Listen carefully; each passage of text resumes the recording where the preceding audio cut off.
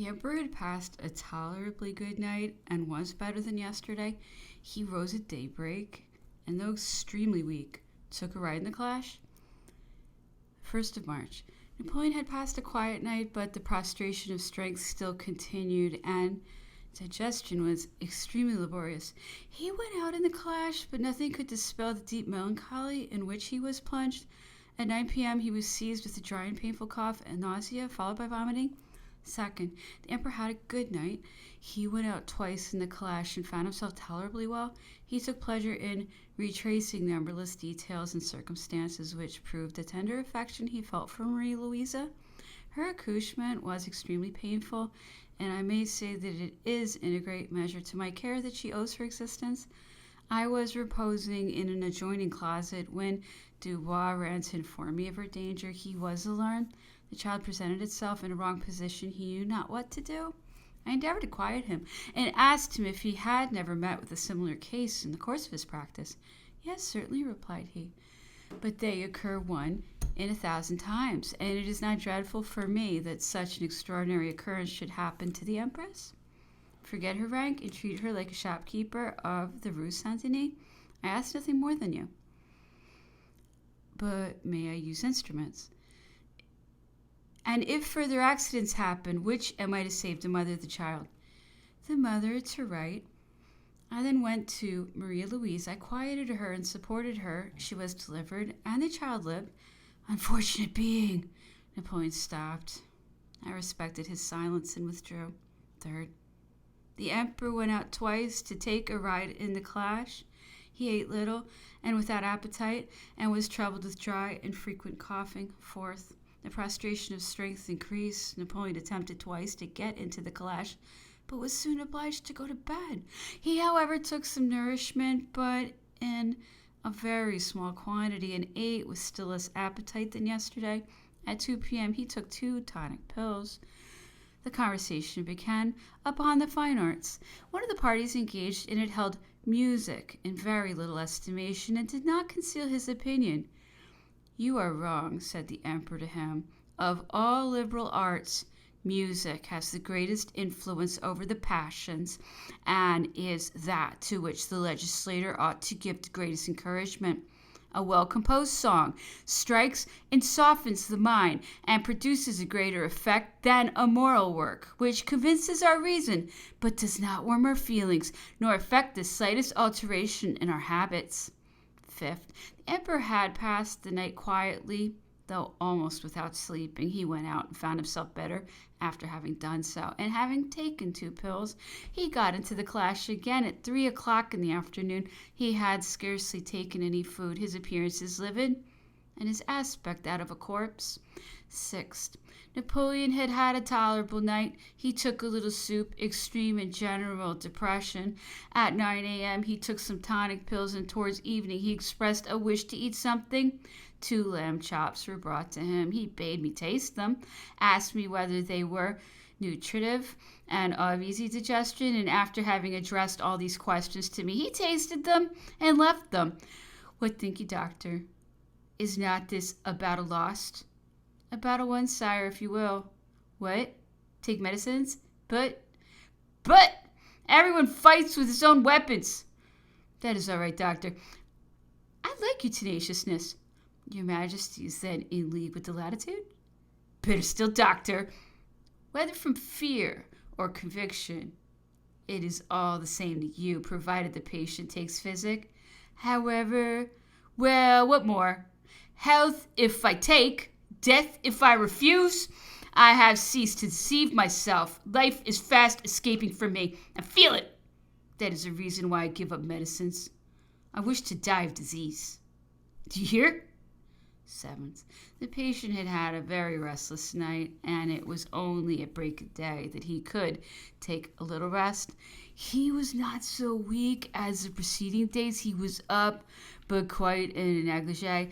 I begged of him to take care of himself, and he said about his toilet, "When I was Napoleon," said he, with an expression of melancholy, "I dressed quickly and with pleasure, but now, What signifies it whether I look well or ill? Besides, it occasions me more fatigue than I formerly experienced in disposing the plan of a campaign. Let me try, however. And he shaved, but he was obliged to proceed by degrees and to take several intervals of rest. At last, however, he completed the operation, got into bed, and did not leave it the whole morning. At 1 p.m., he expressed his desire to take some food and asked for roast lamb, fried potatoes, and coffee, but he scarcely touched any of these things when brought to him, notwithstanding which he experienced agitation and pains in the abdomen, accompanied by frequent and fetid rotations. 8th, the night had been tolerably favorable, but the prostration of strength continued, and the feeling of indisposition became general. The emperor complained of a deep pain which manifested itself in the right hypochondriac region on the left side of the breast and extended to the shoulder. Abdomen much distended, excessive inappetency, pulse weak and slow. Right in the clash, tonic pills. At 4 p.m., his stomach rejected the little food he had taken. 9th, saw the emperor at 4 o'clock a.m. and found that he had passed a tolerably quiet night. Frictions with ether and the application of hot linen dispelled the pain which had manifested itself in the left side, frequent and insipid rotations. 10th, the patient had passed an extremely uneasy and sleepless night. He was very weak, but tolerably well. Tonic pills. The emperor held in his hand a series of newspapers.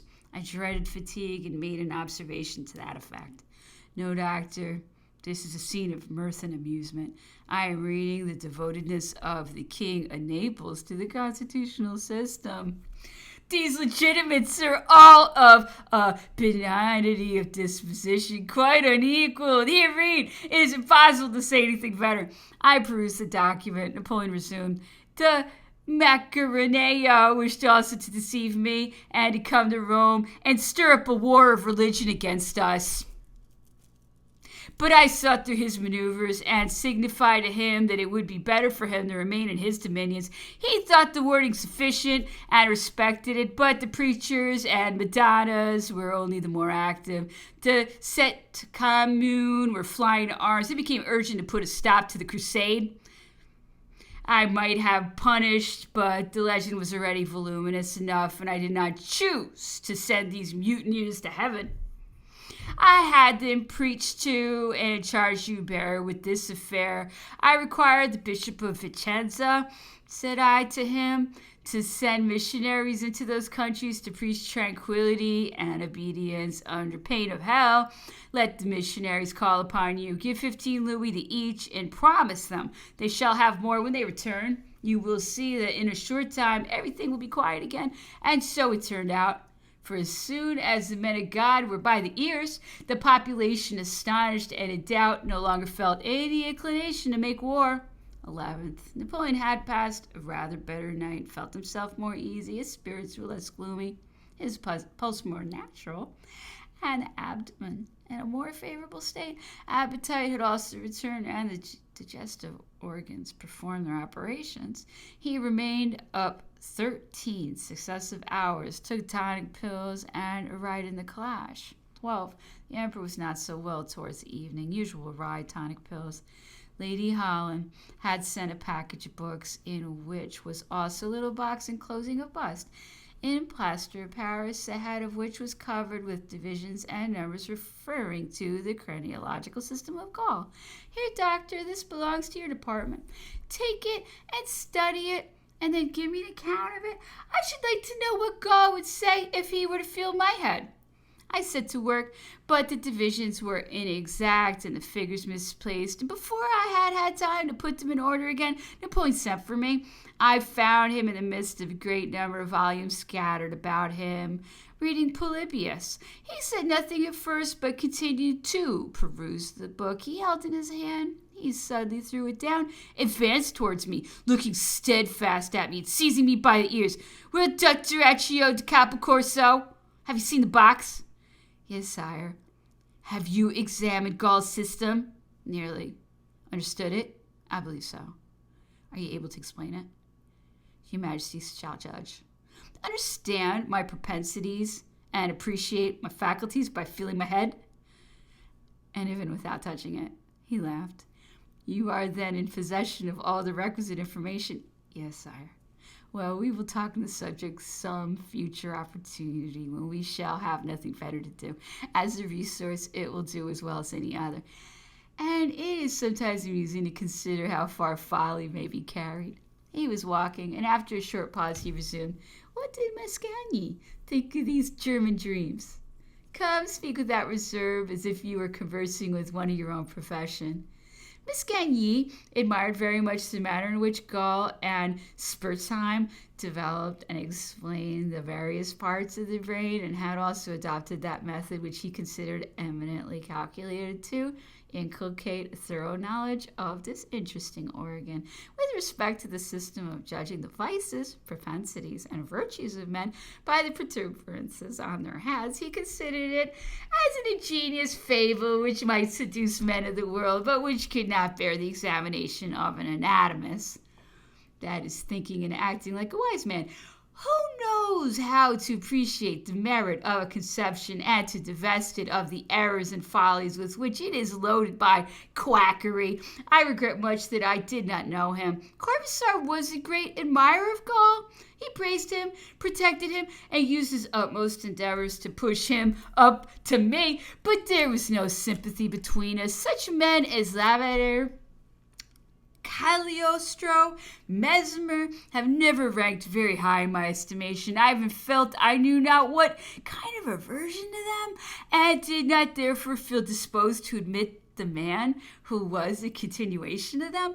Gentlemen of this description are all dexterous and well-spoken. They work upon that thirst after the marvelous which the generality of mankind experience, and give the coloring of truth to the falsest theories. Nature does not betray herself by her outward form. She does not disclose her secrets. She conceals them. To judge and examine men upon such slight indications is the act of a dupe or an impostor, such as are all those beings gifted with wondrous inspirations, of which herds are to be found in every large capital. The only way to know men is to see them, observe them, and to put them to the test. To avoid falling into errors, they must be studied a long time and be judged by their actions. And even that rule is not infallible, and requires to be restricted in its operation to the moment in which they act. For we seldom act consistently with our genuine disposition. We give way to the transport of impulse of the moment, or are carried away by passion, and this constitutes what we call vice and virtue, perversity, or heroism. Such is my opinion, and such has long been my guide. Not that I pretend to deny the influence of disposition and education. I think, on the contrary, that it is immense. But beyond that, everything is mere system and folly. 13th. The emperor had passed a bad night. Prostration of strength and appetency. Pulse low and nervous. General feeling of anxiety. Complexion cadaverous. The patient took very little food and remained nearly the whole day in bed.